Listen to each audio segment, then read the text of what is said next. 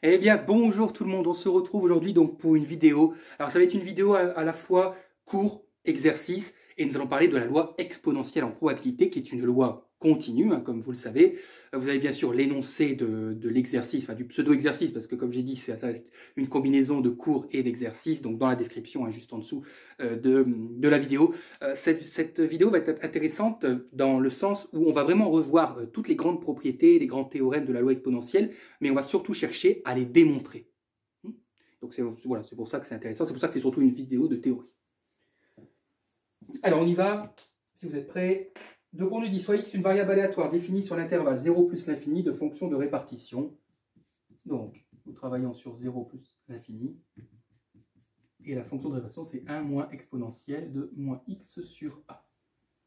Avec a positif, strictement positif. Pourquoi nous pouvons dire que c'est une loi exponentielle? Bien, on va partir de la définition de la loi exponentielle. Nous disons que si x suit une loi exponentielle de paramètres AB, A étant, ça il faut le savoir, hein, l'espérance, et B, c'est la borne inférieure du domaine de définition. C'est-à-dire que si x suit une loi exponentielle de paramètres AB, ça veut dire que cette variable est définie tout simplement sur B plus l'infini. Ouais. Donc B, c'est la borne inférieure du domaine de définition.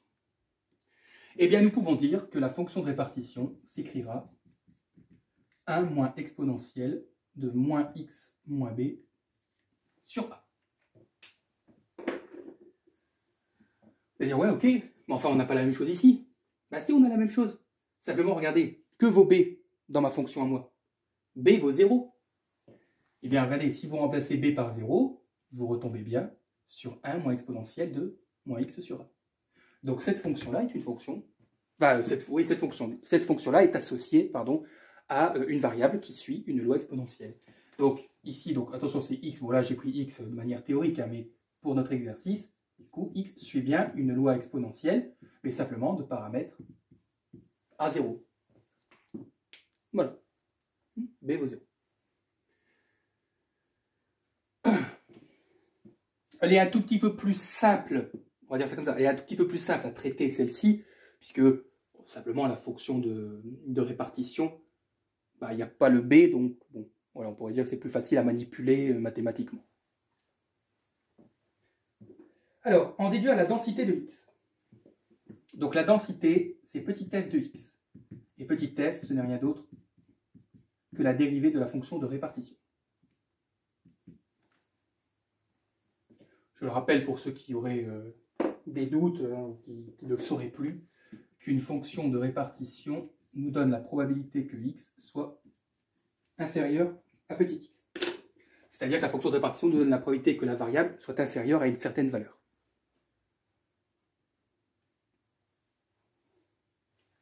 Ok.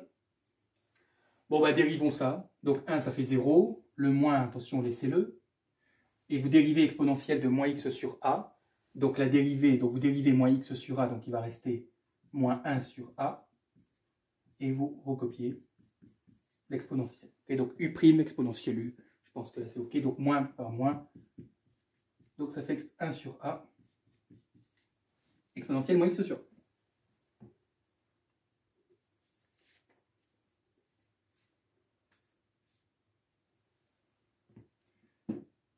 Jusque-là, tout va bien. Donc là, vous voyez, on a revu donc, la définition donc, de la loi exponentielle. Et nous lui avons donné une application lorsque b vaut 0. C'est intéressant de prendre, parce que vous allez me dire, oui, mais on aurait pu prendre b égale 2, b égale 3. Oui, mais le fait que nous prenions b égale 0, c'est intéressant parce que c'est quelque chose qu'on retrouve régulièrement. C'est-à-dire, on retrouve souvent des variables qui suivent des lois exponentielles, mais où le domaine de la variable commence à 0. Donc, certes, c'est une application de la loi générale, de la loi exponentielle générale, mais c'est une application qui est très pratique dans la vie courante. Alors, calculer l'espérance et la variance. Ah. Alors, vous voyez, j'ai opté pour un choix, pour un certain choix, une certaine possibilité. C'est que le calcul de l'espérance, en fait, vous connaissez déjà sa valeur. Parce que si vous connaissez votre cours sur la loi exponentielle, vous savez que l'espérance est égale à petit a. Mais moi, mon objectif dans cet exercice court, c'est de le démontrer, de le justifier, de le prouver. Et il y a deux grandes manières de le faire. Soit on passe par un changement de variable, c'est la méthode la plus rapide, la plus directe, mais ça, on choisira cette méthode, si vous le permettez, pour la variance. Donc pour la variance, on optera pour le changement de variable. Pour l'espérance, on va utiliser l'autre méthode, c'est-à-dire que nous allons utiliser l'intégration par partie. Et puis comme ça vous permet de réviser l'intégration par partie.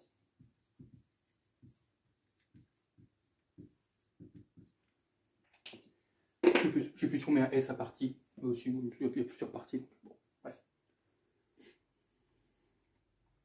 Ok.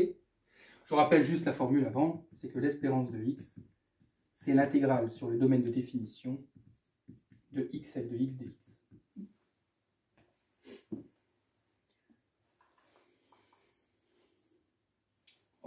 On va y aller doucement, ne vous inquiétez pas. Le but, c'est de réviser aussi l'intégration par partie.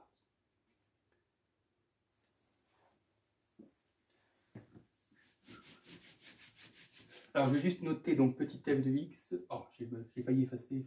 Donc, petit f de x, c'est 1 sur a exponentielle moins x sur a. Ça va, mettez sur pause. Bon, bah déjà, on va écrire l'espérance. Parce que, bien sûr, là, j'ai déjà spoilé en disant qu'on va utiliser une intégration par partie, mais on va voir pourquoi. Donc, c'est l'intégrale sur 0 plus l'infini. On verra, parce que même le plus infini va poser problème. On va devoir d'abord remplacer plus infini par t, et ensuite déterminer à la fin une limite. Donc, on va revoir pas mal de choses. Donc, de x multiplié par ça.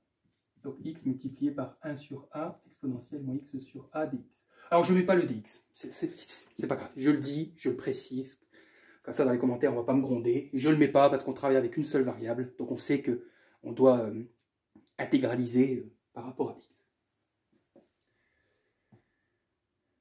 Bon, bah, pourquoi on doit utiliser une intégration par partie? Parce que vous ne pouvez pas déterminer la primitive de ça directement. Voilà, tout simplement. Et l'intégration par partie est très bien adaptée pour ce genre de cas. Alors, que nous dit l'intégration par partie? Je l'écris simplement. Elle nous dit que l'intégrale de uv', c'est uv moins l'intégrale de u'v.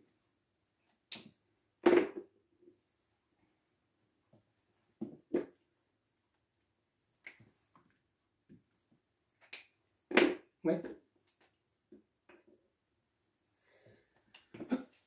Alors, vous devez donc, parmi tout ça, là l'expression, choisir un u et choisir un v'. Alors regardez, qu'est-ce qu'on va devoir faire avec le u? On va devoir le dériver.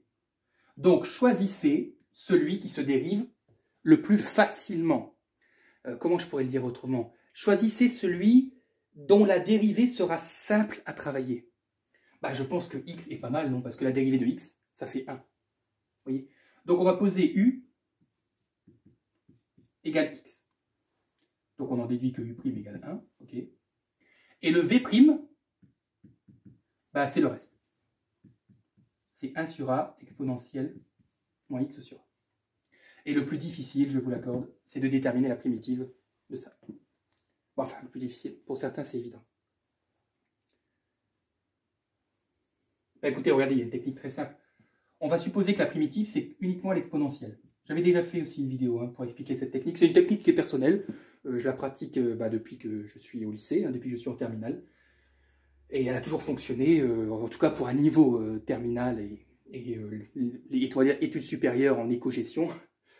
Pas bien sûr études d'ingénieur, tout ça, mais dans le cas des exponentiels, des logarithmes népériens, dans le cas des exponentiels ou même des u puissance n, je trouve que cette méthode fonctionne bien. C'est que moi, j'écris que l'exponentielle et je dérive.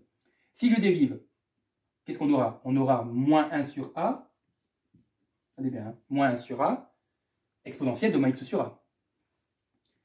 Sauf que vous voyez, je n'ai pas tout à fait retrouvé v'. Pourquoi? V', la différence, c'est que là, j'ai moins 1 sur a et v', je veux 1 sur a. Donc, qu'est-ce que je dois faire? En fait, je vais effacer ça et je vais simplement mettre un moins devant. Et si vous dérivez ça maintenant, ça fait bien moins multiplié par moins 1 sur a, ça fait 1 sur a exponentielle de moins x sur a. Normalement, dans la il y a une vidéo dans la playlist terminale qui s'appelle déterminer une primitive de la forme exponentielle u, où j'explique, mais là vraiment je détaille tout. Là j'ai été un petit peu vite, mais c'est ça l'idée. Vous posez une hypothèse, vous dérivez, et vous demandez quel changement je dois opérer pour passer de ma dérivée à la véritable dérivée. Et nous, le seul changement qu'on devait opérer, c'est de mettre un moins 1 devant, donc un moins. Donc on y va, donc on pourra dire que cette intégrale, donc le plus infini, je vais le changer, pour le moment je vais écrire petit t. Donc je transforme le plus l'infini en petit t, et à la fin on calculera la limite quand t tend vers plus l'infini. Donc, donc je vais juste mettre comme ça xf de x. En fait, c'est l'espérance. Du coup, c'est entre crochets u fois v. Donc, x multiplié par moins exponentielle moins x sur a entre 0 et t, moins l'intégrale entre 0 et t, de u', donc ça fait 1, il disparaît, fois v, moins exponentielle de moins x sur a.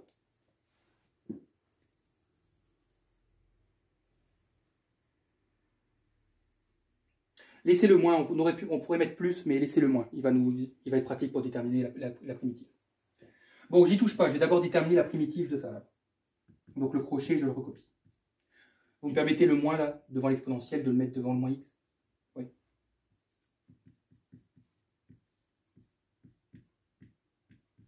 Alors, la primitive de moins exponentielle moins x sur a, bah, c'est pareil, donc je vais écrire que c'est exponentielle de moins x sur a. Okay. Je vais le faire ici. Donc j'écris juste ça, et je vais dériver ça. Ça va donner moins 1 sur a exponentielle moins x sur a.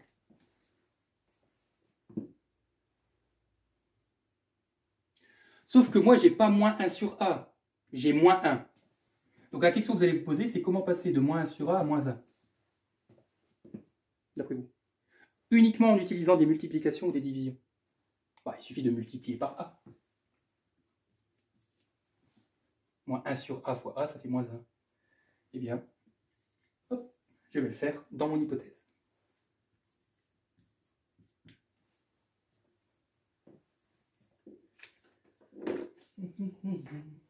Vas-y, je vous laisse recopier.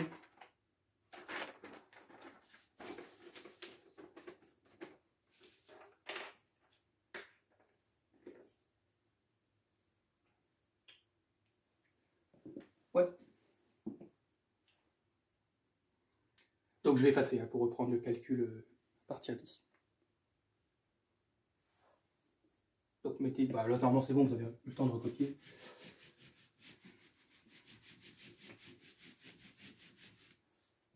Bon bah là on n'a plus qu'à remplacer les x. De toute façon, remplacez bien les x, hein, pas les a. Donc vous remplacez les x par t puis par 0, puis t 0 et vous soustrayez le tout. Là vous connaissez normalement la propriété. Donc on aura donc moins t exponentielle de moins t sur a. Okay. Et normalement je dois faire moins et je remplace par 0. Il est évident que si je remplace par 0, ça fait 0. Donc c'est bon, le premier crochet, on s'en est occupé. Le deuxième, donc attention au moins. Donc je remplace par t le x, donc ça fait a exponentielle de moins t sur a. Okay. Moins, et je remplace donc par 0. Exponentielle de moins 0 sur a, ça fait exponentielle de 0. Exponentielle de 0, ça fait 1, donc il reste a.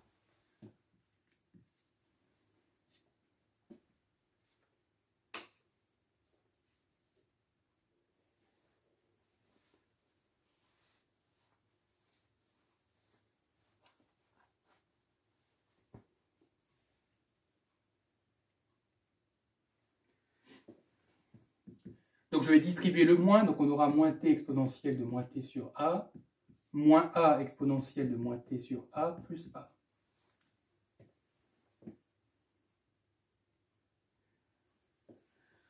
Je pense que l'exponentielle moins t sur a est facteur commun.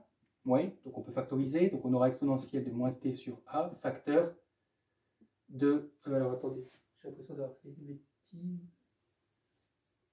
Moins t... non, c'est bon. Non, tant pour moi. Je pensais, oui. Donc on aura moins t moins a plus a. Vérifier en même temps, hein.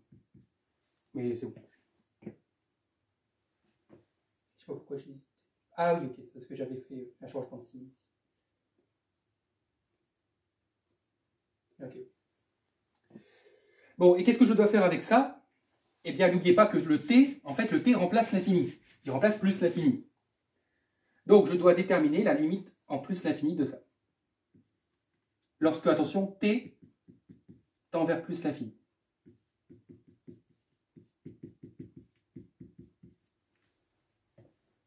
Ça va être rapide, hein, vous allez voir. Pourquoi? Bah, allons-y avec l'exponentielle. On aura exponentielle de moins l'infini sur a. Donc, on aura exponentielle de moins l'infini. Donc, je vais l'écrire en bleu, le détail. Donc, exponentielle de moins l'infini, ça fait 0 plus. On aura ici moins l'infini moins a, donc on aura moins l'infini. Et donc, c'est vrai qu'on peut qualifier cette limite de forme à déterminer.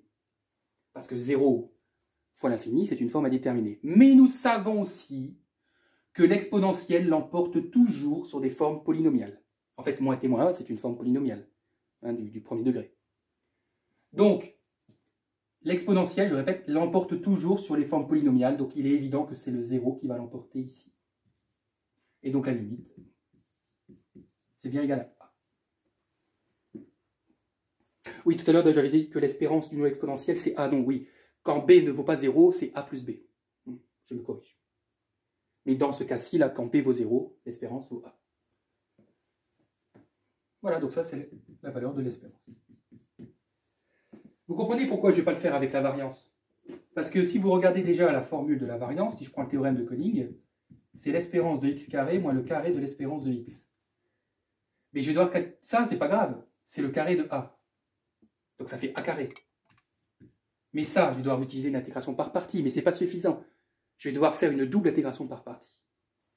Et là, quand j'ai fait la correction, lorsque j'ai travaillé cet exercice, j'ai dit non, on va quand même pas faire une double intégration par partie, donc on va opter pour l'autre méthode, c'est-à-dire le changement de variable.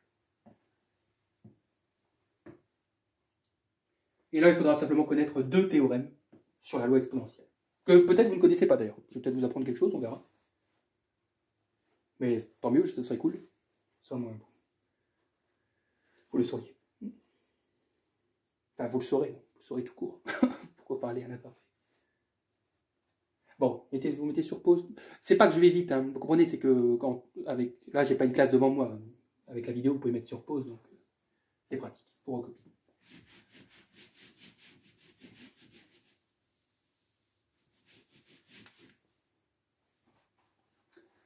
Donc la variance de x, nous allons passer donc par ce qu'on appelle le changement de variable.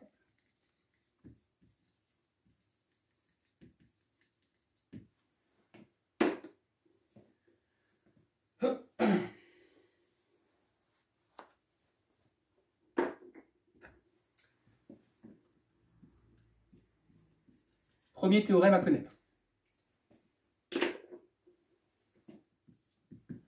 Si x suit une loi exponentielle de paramètre AB, alors ça implique dans les deux sens d'ailleurs, que y, donc c'est une autre variable aléatoire, qui est égale à x moins b sur a, suit une loi exponentielle de paramètre 1, 0. Le changement de variable, il est ici. Donc je répète, si x suit une loi exponentielle de paramètre AB, ça implique dans les deux sens que y, qui est égal à x moins b sur a, suit une loi exponentielle de paramètre 1, 0. Ça, c'est le théorème. Mais nous, on va l'appliquer à notre cas. Pourquoi? Nous savons que b vaut 0. Or, b est égal à 0, ce qui implique que y est égal en fait à x sur a, et qui suit une loi donc exponentielle de paramètre 1, 0. J'ai juste remplacé b par 0, c'est tout.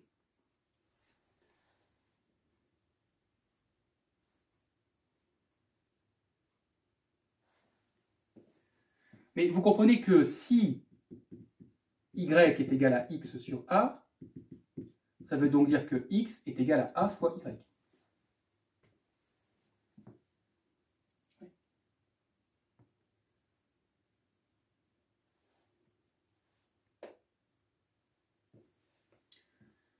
Ça veut donc dire que la variance de x, c'est ce qu'on cherche, hein, je vous rappelle que c'est ce qu'on cherche, c'est la variance de AY.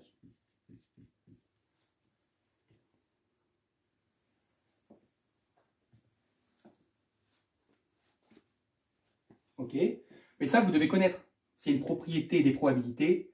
La variance d'une constante, petit a est une constante, multipliée par une variable, vous sortez la constante et vous la mettez au carré. C'est donc a carré fois la variance de y. Avec l'espérance, c'était réglé. Hein. Pourquoi? Bah, regardez, petite parenthèse. Bon, je sais que je vais dans tous les sens, mais c'est pas grave. Ça, moi, j'oublie rien, je dis tout. C'est que l'espérance de x, on pourrait l'écrire a multiplié par l'espérance de y. En fait, la constante sort, mais elle ne se met pas au carré pour l'espérance. Sauf que l'espérance de y, c'est le premier paramètre. Donc c'est 1. Et donc on retombe bien sur espérance de x égale 1. Oui, je sais, vous allez dire, en fait, vous nous avez fait perdre 15 minutes avec votre intégration par partie. Ben oui, mais je voulais qu'on révise l'intégration par partie. Mais avec le changement de variable, c'est direct. Alors, si vous voulez connaître donc la variance de x, il vous faut connaître la variance de y. Théorème de Koenig, c'est donc l'espérance de y carré moins le carré de l'espérance de y. Ouais. Et là, nous allons écrire un deuxième théorème. C'est que si y suit une loi exponentielle de paramètre 1, 0, ça implique, écoutez bien, que l'espérance de y puissance k est égale à k fois l'espérance de y à la puissance k moins 1, k appartenant à l'ensemble des naturels étoiles. C'est-à-dire que c'est l'ensemble des naturels sauf 0. Donc, donc k vaut 1, 2, 3, 4, 5, etc.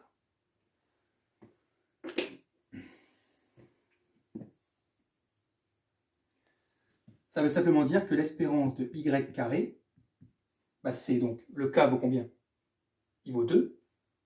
Donc c'est 2 fois l'espérance de y de moins 1. C'est-à-dire l'espérance de y. Or l'espérance de y vaut 1. Donc l'espérance de y carré vaut 2. Et je pense que vous avez compris que maintenant, on peut dire en fait... ouais, non, je dis rien. Retenez le théorème tel qu'il.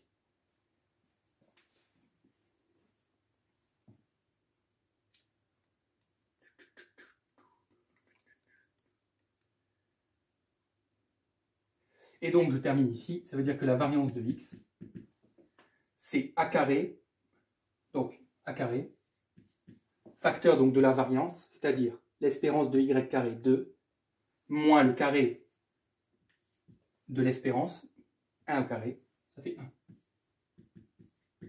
Et donc ça fait a carré.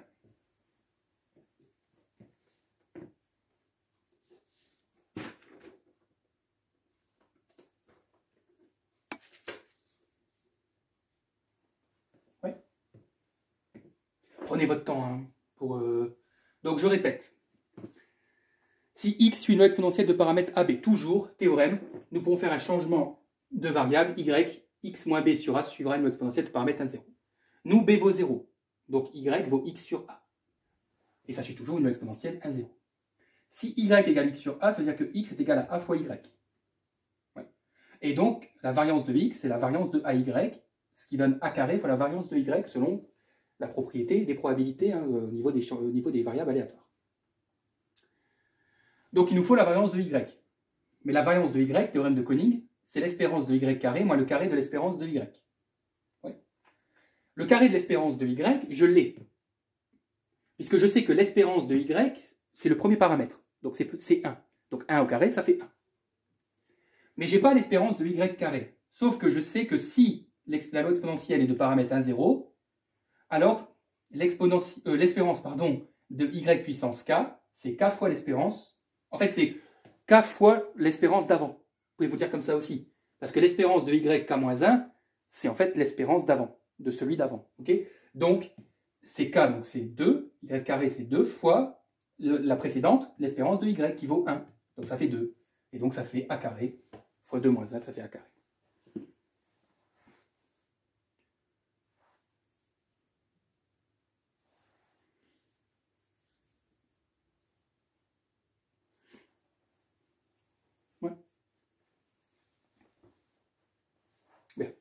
mettez sur pause. Donc vous voyez, on a utilisé deux méthodes, l'intégration par partie et le changement de variable. Comme ça, vous connaissez les deux. Je ne sais même pas d'ailleurs si on vous l'enseigne dans vos facultés. Enfin, si, les propriétés, mais les démonstrations mathématiques. Alors, question 3. Calculer les valeurs des trois quartiles. Ah. Là, ça doit vous rappeler des souvenirs de statistiques. Les quartiles. Le premier quartile. Alors déjà, il y en a combien? Il y en a 3. Donc, on va les noter x1. Donc, on l'appellera le premier quartile.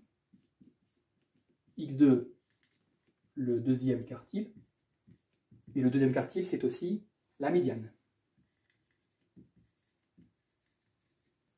Et x3, le troisième quartile. En statistique, on écrivait Q1, mais pour médiane, et Q3. Mais là, comme on travaille avec des x... Alors, quelle est la particularité de chacun?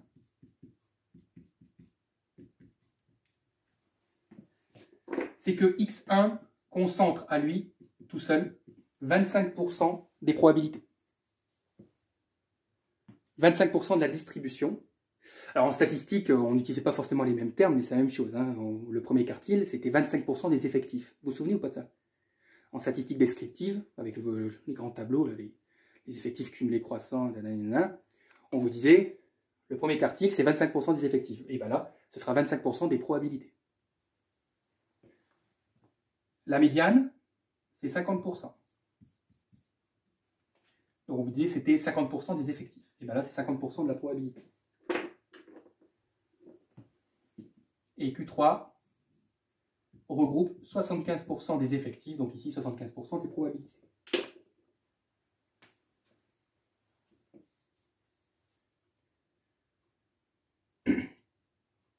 Autrement dit, la probabilité que x soit inférieur à x1, c'est égal à combien?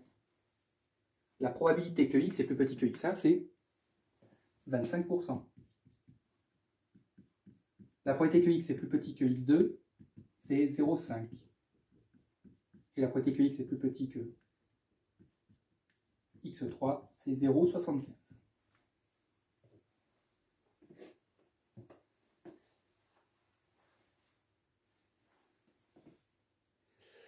Sauf que comment on calcule les probabilités que x soit plus petit que quelque chose? Qu'est-ce qu'on utilise? On utilise la fonction de répartition. Je l'ai dit au début. Donc ça, on peut l'écrire grand fx de x1, ça, grand fx de x2, et ça, grand fx de x3.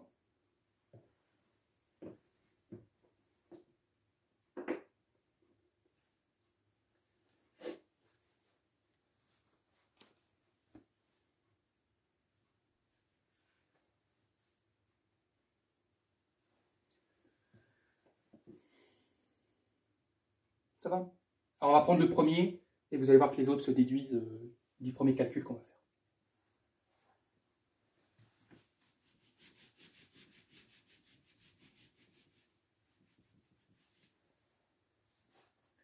Donc je peux écrire que grand fx de x1 égale 0,25.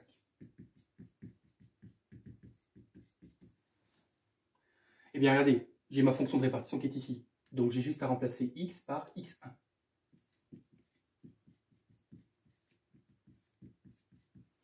Et puis je vais chercher la valeur de x1. Alors bien sûr, attention, je dis tout de suite, x1 n'aura pas la valeur d'un réel ici. Enfin si, oui, mais il sera en fonction de petit a. Puisque petit a, par définition, comme je travaille ici dans l'exercice de manière théorique, petit a, je ne le connais pas. Vous comprenez? Mais petit a est un réel strictement positif. Donc oui, je vais exprimer x1 comme un réel, mais il dépendra de a. Bon bah écoutez, on fait passer, donc regardez, je vais faire passer le 0,25 de l'autre côté. Donc je vais pouvoir l'associer avec le 1, donc ça fera 1 moins 0,25, ça fait 0,75. Et le moins exponentiel, je le passe tout de suite de l'autre côté, donc ça fait exponentiel.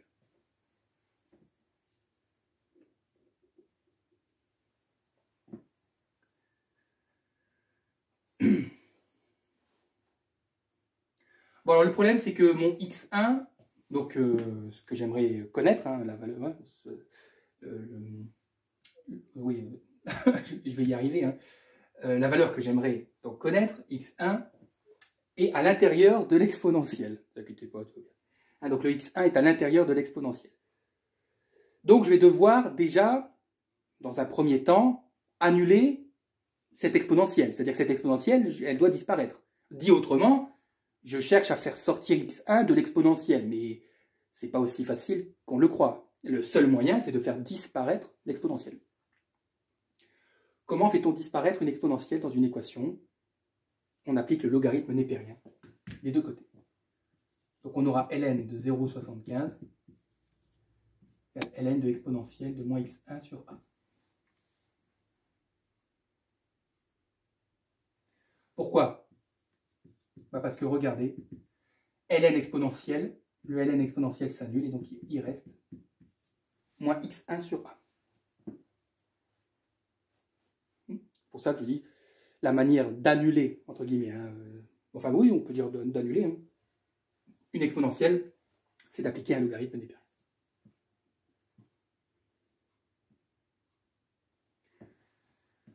Donc, moins x1 égale à ln de 0,75 fois a. Je peux écrire a ln de 0,75. Et donc x1, je fais passer le moins, ça fait moins a ln de 0,75.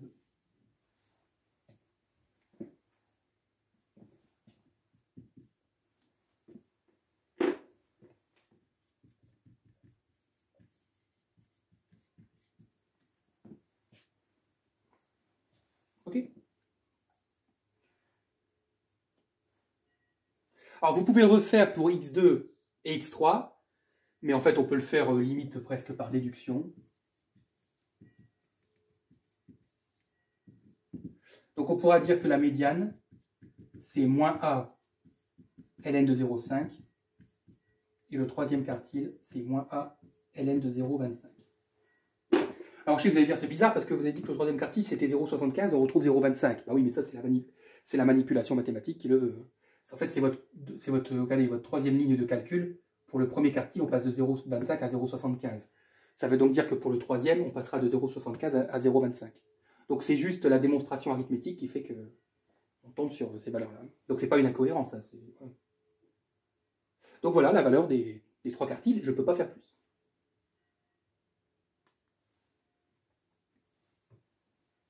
Oui, éventuellement ln de 0,5, vous pouvez dire que ça fait moins ln de 2. Donc ça fait a fois ln de 2, si vous voulez. Voilà, pour ceci.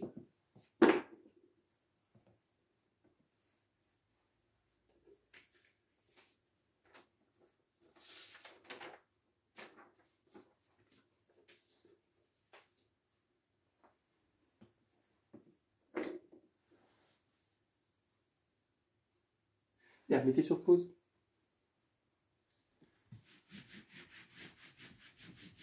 Alors, est-ce que la distribution est symétrique? Oh là là.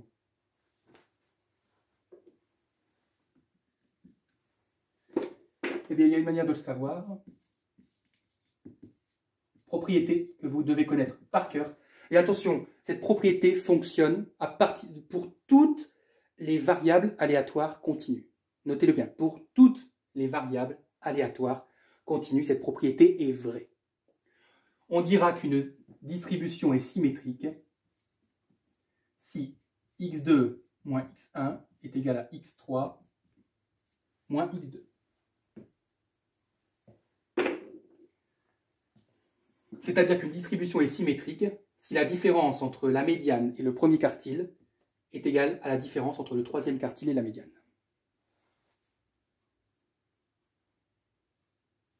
Mais on va transformer.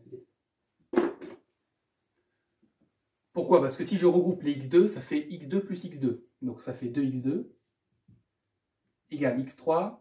Et je fais passer le moins x1, ça fait plus x1. Donc ça, c'est la même chose que dire que la médiane est égale à la somme des deux quartiles divisé par 2. Autrement dit, la moyenne des quartiles.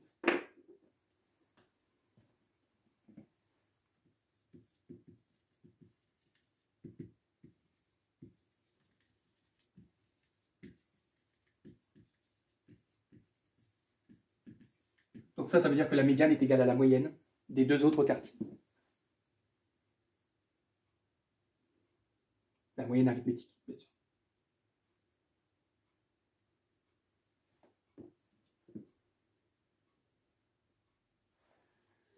Bah allons-y, hein. X2 on le connaît. Eh bien, calculons x1 plus x3 divisé par 2.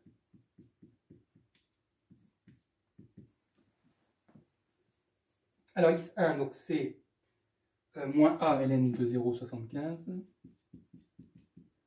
Et on aura moins a ln de 0,25. Le tout divisé par 2. Et on doit vérifier si c'est égal à moins a ln de 0,5.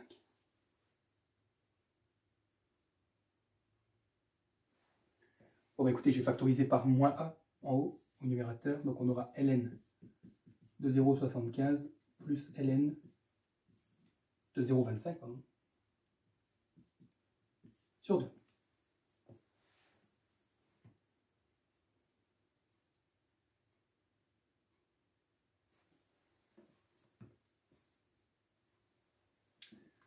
Ça fait donc moins a, propriété des ln, ln de a plus ln de b, c'est ln de a fois b.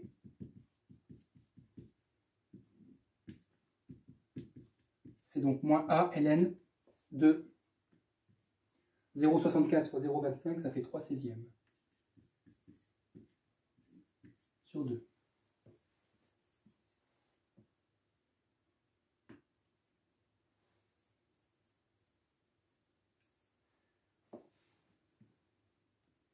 La question qu'on se pose, c'est est-ce que ça, moins a ln de 3/16 sur 2 est égal à moins a ln de 0,5.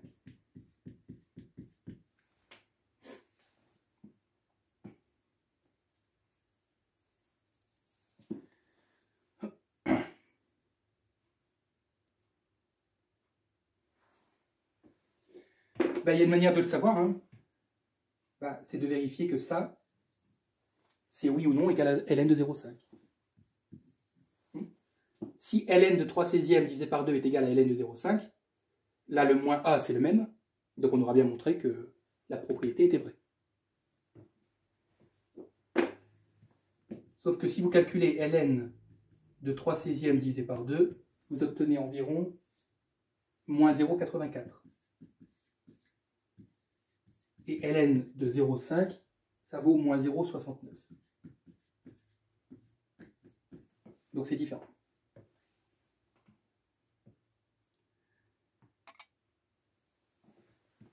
Conclusion, x est dissymétrique.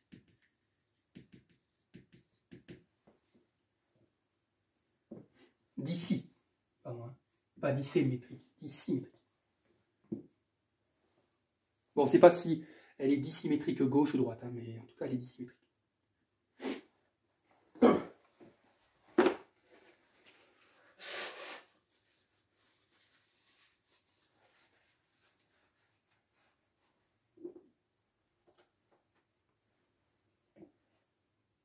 Ça va? Petite démonstration automatique.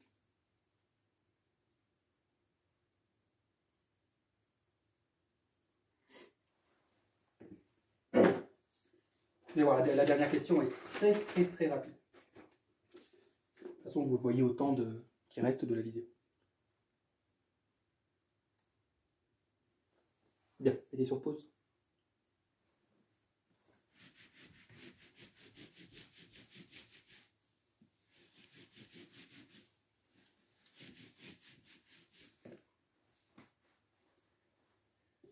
Alors on nous dit soit y égale k fois x. Donc on a une variable y qui vaut k fois la variable x.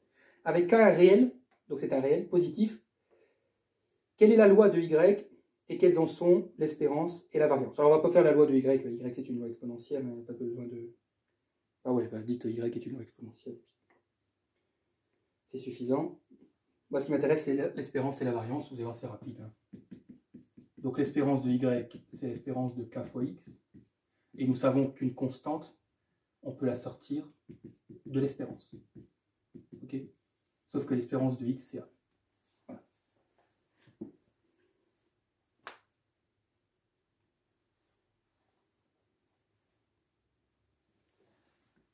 Et la variance de y, c'est la variance de k fois x. Pour la variance, vous sortez la constante, mais vous la mettez au carré. Et la variance de x, c'est a carré. Voilà, on a répondu à la question.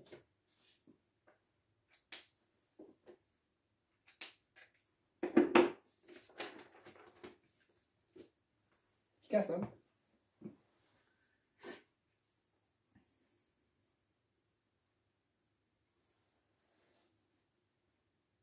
Voilà. Tout simplement.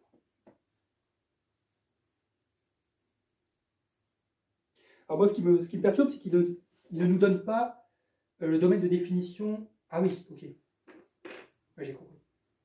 Oui, donc on suppose que y est défini sur 0. Donc en fait, y suivra une loi exponentielle de paramètres ka 0. C'est-à-dire qu'en fait, y, son domaine, c'est aussi 0 plus infini.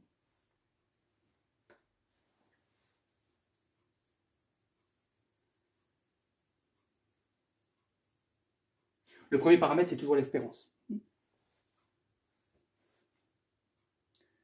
Voilà, bah écoutez, c'est tout pour aujourd'hui. Hein. J'espère que ça vous a fait plaisir, hein, cette petite vidéo.